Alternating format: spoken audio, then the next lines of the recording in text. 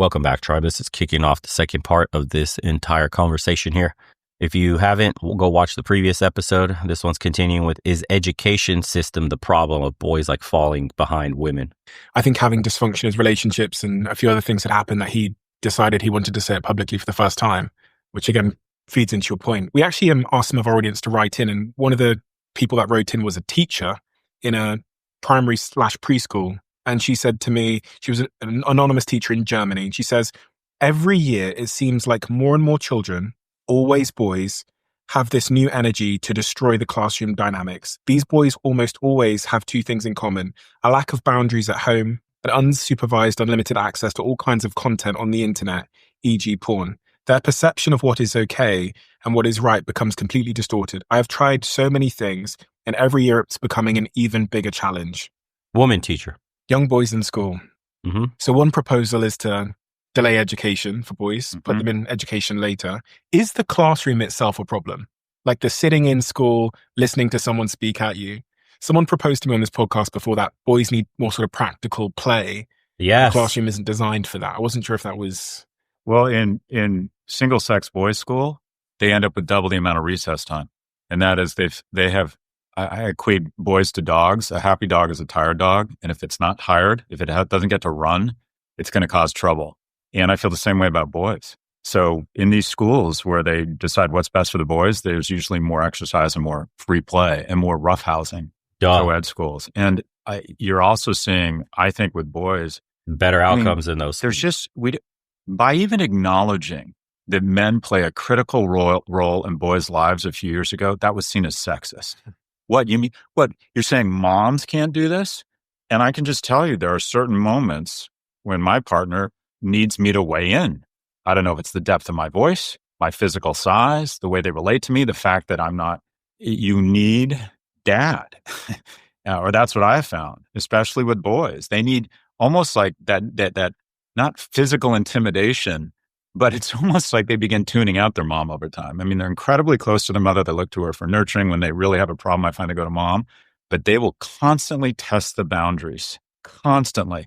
And I think a lot of single mothers, quite frankly, with boys, just can't keep a lid on that kid. They can't control the kid. So, and I think you're finding at schools when there's no male kind of, involvement or that.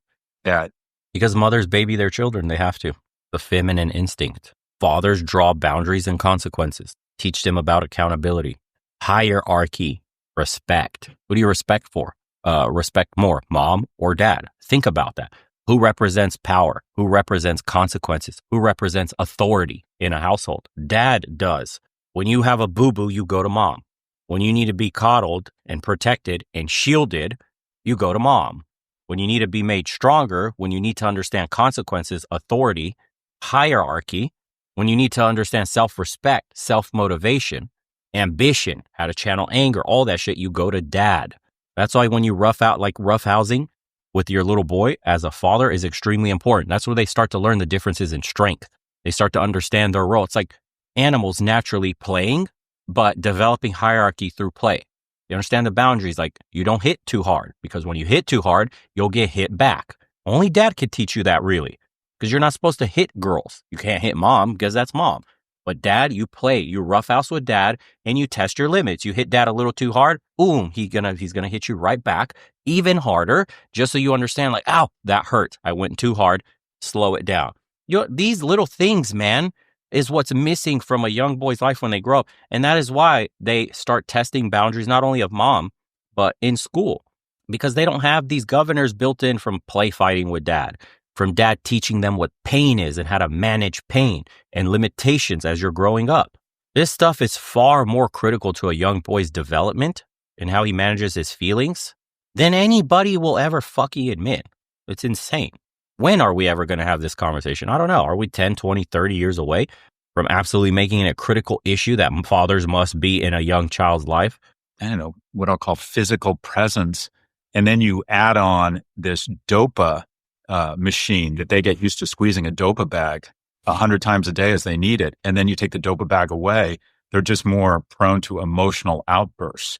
I'm curious if you've done any research around why that emotional outburst more common among boys than girls. I haven't done that research, but I am imagining. I just have to get in here. I hate this research bullshit. Have you done a research? Intuition, guys. We are intuitive creatures. We have intuitive answers to why shit happens, then research confirms it. I don't need mountains of fucking research to tell me what I intuitively know about what it takes to grow up as a boy because I grew up as one, what kind of father you need in your household because I grew up with one, what it means to be a man because I was taught by one and other men. This is all intuitive. We knew how to do this shit before multi-million-dollar research had to tell us the most basic fucking things. Jesus Christ. That there's moms out there that are raising boys on their own, and they There might it be like, is. yes, it is hard, but what do I do? Right. And so for that boy who isn't taught by a lot of guys in school and isn't in the Boy Scouts, which doesn't exist anymore, or it doesn't have big brothers, big sisters, like, what does that mom do? So, but that you talk about Boy Scouts in America. There's Scouts for America, Right. and it can be boys and girls. Right. But Girl Scouts have their own single Yeah. sex, but Boy Scouts aren't allowed to have their own Right. single sex. So the question is, all right, what do you do? And I think that we need a societal zeitgeist that says immediately, if there's no longer a male involved, we have to get other men involved Mhm. and acknowledge that that's not being sexist, that's important that you get men involved. And I think so I came from a single parent household, raised by a single immigrant mother who lived and died as secretary, light of my life. As soon as my dad was gone and then he had to move away for work, she got other men involved in my life. And I had wonderful men involved in my life. I had a stockbroker. Neighbor down the hall came in with his girlfriend and said, "Do you want to go horseback riding? You take me horseback riding." I don't know if men would be comfortable doing that in today's They've age. been demonized. So getting No. men involved in their lives, after school program. I'll never forget this story, dude, how demonized men have become. A grandpa was taking his granddaughter out to the park to play, and moms at the park called the cops on him, thinking he was some old creeper, peeping kids and shit. What? That's the world we live in. So yeah, you're made to feel like, oh, you can't even be a friend and mentor to a younger man because you're auto creep. You're a grandfather taking your granddaughter out to the park to play. Fucking creep. You get the cops called on you. Ridiculous, bro. Talk about like overshooting the fucking entire prospect of lifting women while absolutely destroying the foundation men stand on. And then having the balls to complain when the foundation has cracked and now women are getting affected. Wow. Boy Scouts. I had a lot of wonderful men. I used to go camping, and there were men everywhere involved shit's in gone. my life. And That I shit's gone. worried that a lot of those institutions, Yeah. and also there's a reticence and a hesitance for men to get involved in a boy's life that isn't theirs, for fear they're going to be perceived as something's wrong with them. I was thinking Diddlers. that. So if we have less men in the home raising the children, and then we go to school, and the stat says that 72% of teachers in middle school are women as well. There's no men at school either. It's no wonder that boys are struggling so severely at such a young, early age for so many reasons, because one would assume that they're being socialized in the same way as girls. I've got a mother at home, don't have a father. I've got women at school, don't have male teachers. I mean, that's a controversial thing to say. I'm sure it used to be, but I think people are waking up a little bit now. We need more male teachers. There's more female fighter pilots per capita than male kindergarten teachers. There's an absence. There are some boys, not some, there are millions of boys in America whose first male role model is a prison guard. Yeah. And there are just no men in their life. After school programs being canceled, no women, very, very few men.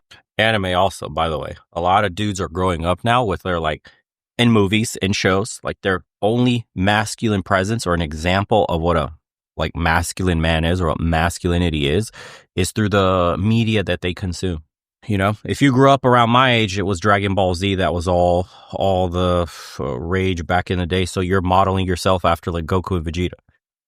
Today, you're modeling yourself after what? One Punch Man and Naruto and, whatever else guys are watching today. But if you don't have a father figure in your life, then that represents what masculinity is and what you try to achieve, which is fucking damn near impossible, dude. That's it's an anime. It's not real life, dude. You're not going to have the body a fucking Super Saiyan has.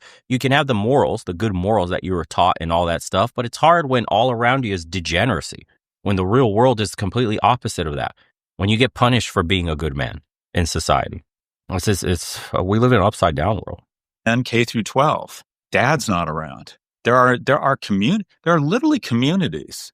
You read articles about it where it's where are the men? Yeah, that's what I'm trying to figure out. Where are they? Between- Online. Doesn't look like they're in work. They're not in college. The reality is, and that is why guys like Andrew Tate explode on the scene. That is why channels like this exist, or others, or the manosphere, or the red pill. That's the symptom of no men being present and men desperately looking for male guidance. There it is, bro. I just solved the problem the UK is having, talking about they need to reorient all males in school because of the Andrew Tate effect and that red pill documentary that just came out about the manosphere. There it is. It's still the boys. It's the boys. Boys need to be re-educated. Society doesn't need to be retuned to bring back men in all these aspects that these gentlemen are talking about right here. Nope. It's men's fault. They're online. You see? Did you see her quick quip? I'll go back and play it for you. where it's like, where are the men? Yeah, that's what I'm trying to figure out. Where are they? Listen. Online. Online. We're all terminally online. That's where we are. Yeah. Society didn't push you out of the jobs that you used to have. Society didn't DEI you out of a fucking job. Society didn't make colleges toxic for you for just being a man or patriarchy. You weren't talked down to for traditional masculinity. Yeah, dude. Yeah, you're just online, bro. Online. Get off the internet. Everything will be fine again. It's the porn in the video games. Terminally online. These fucking people, bro. I'm sick of them.